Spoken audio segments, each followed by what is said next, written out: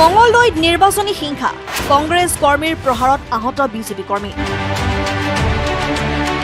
মঙ্গলদৈত সোমবাৰে এক নিৰ্বাচনী হিংসাৰ ঘটনা সংঘটিত হয় এগৰাকী কংগ্ৰেছ কৰ্মীৰ প্ৰহাৰত আহত হয় বিজেপি কৰ্মী ধৰ্মীয় সংখ্যালঘু লোক হৈ বিজেপি সমৰ্থন কৰাটোৱেই অপৰাধ হ'ল বিজেপি কৰ্মী ইমদাদুল হকৰ কংগ্ৰেছ কৰ্মী শহীদুল ইছলামে প্ৰহাৰ কৰাৰ অভিযোগ মঙ্গলদৈ অধিকাৰী গাঁৱত আজি বিজেপিৰ প্ৰাৰ্থী নীলিমা দেৱীৰ হৈ এখন নিৰ্বাচনী প্ৰচাৰ সভাৰ আয়োজন কৰিছিল বিজেপি কৰ্মকৰ্তাসকলে ইমদাদুল হকে উক্ত সভাখনৰ বেনাৰ পোষ্টাৰ লগাই থকা সময়তে শহীদুল ইছলাম নামৰ লোক এজনে আহি অতৰ্কিতে আক্ৰমণ কৰে ইমদাদুলক উল্লেখযোগ্য যে আহত ইমদাদুল হক দৰং জিলা বিজেপিৰ সংখ্যালঘু মৰ্চাৰ সভাপতি ইতিমধ্যে মঙ্গলদৈ আৰক্ষী থানাত ইমদাদুলে এজাহাৰ দাখিল কৰিছে এই লৈ অঞ্চলটোত চেপা উত্তেজনাই বিৰাজ কৰিছে হয় নমস্কাৰ মোৰ নাম মোহাম্মদ ইমদাদুল হক মই পশ্চিমবংগলৈ মাইনৰিটি মৰ্চাৰ ভাইচ প্ৰেছিডেণ্ট মই তেখেত আজি আমাৰ মিটিং আছিলে আমাৰ ৱাৰ্ডত 1 নম্বৰ ৱাৰ্ড 1 নম্বৰ অধিকাৰী হয়তো তাতে ৰাতিপুৱা মই বেনাৰ আৰু পোষ্টাৰ ল'বলৈ মানে বেনাৰ লগাবলৈ গৈছিলোঁ আমাৰ কেইজনমান সতীৰ্থৰ লগত যাই বেনাৰ পোষ্টাৰ লগাই ঘূৰি আহোঁতে 10টা বা 10:30টাৰ ভিতৰত তেখেতে নিজৰ নঙলাত শহীদুল ইছলাম বুলি কোৱা যিজন ব্যক্তি তেখেতে মোক মানে বাইকৰ ওপৰতে ৰ'দেৰে মানে প্ৰহাৰ কৰে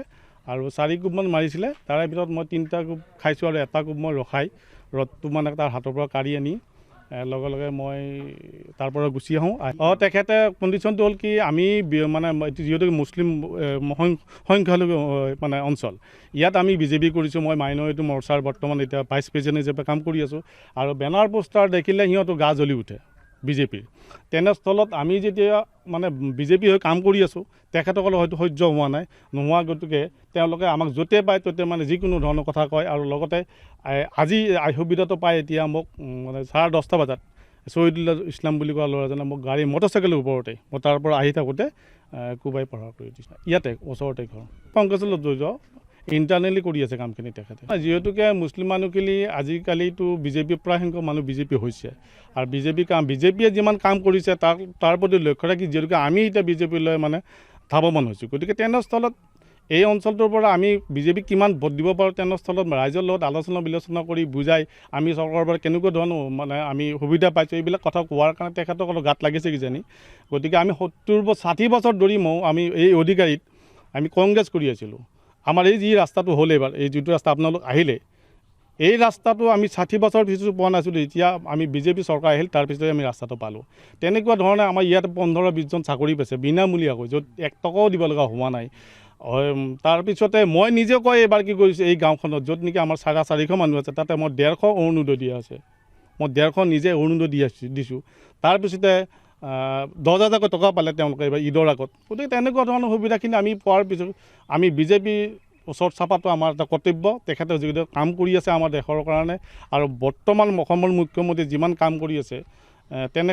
তেনেস্থলত আমি তেখেতক মানে আমি ছাপোৰ্ট দিয়াটো আমাৰ কৰ্তব্য মই পালোঁ ইয়াতে চকুত লাগিছে আৰু হাত দেনা 2টা চাইড ফুলিছে বুকত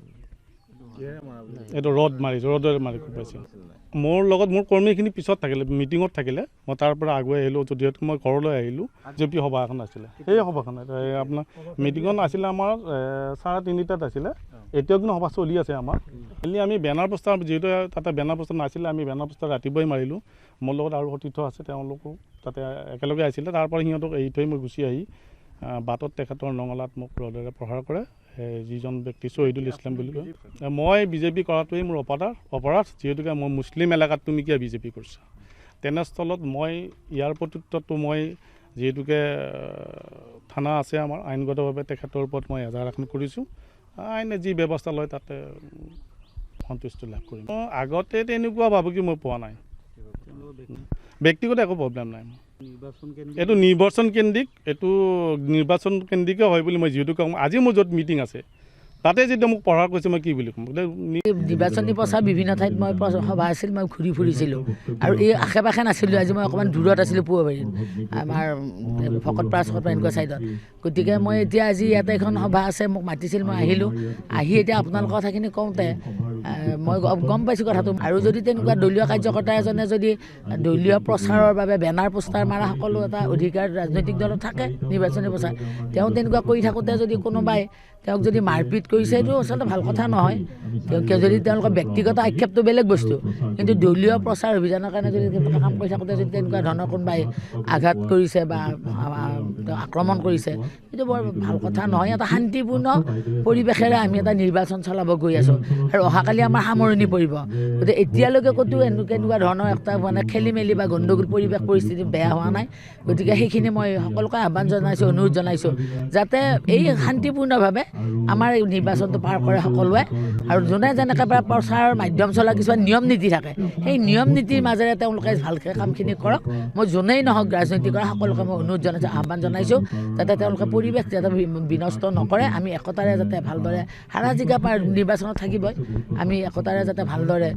আমি নিৰ্বাচনটো পাৰ কৰিব পাৰোঁ, তাৰ বাবে মই সকলোকে অনুৰোধ জনাইছোঁ। আৰু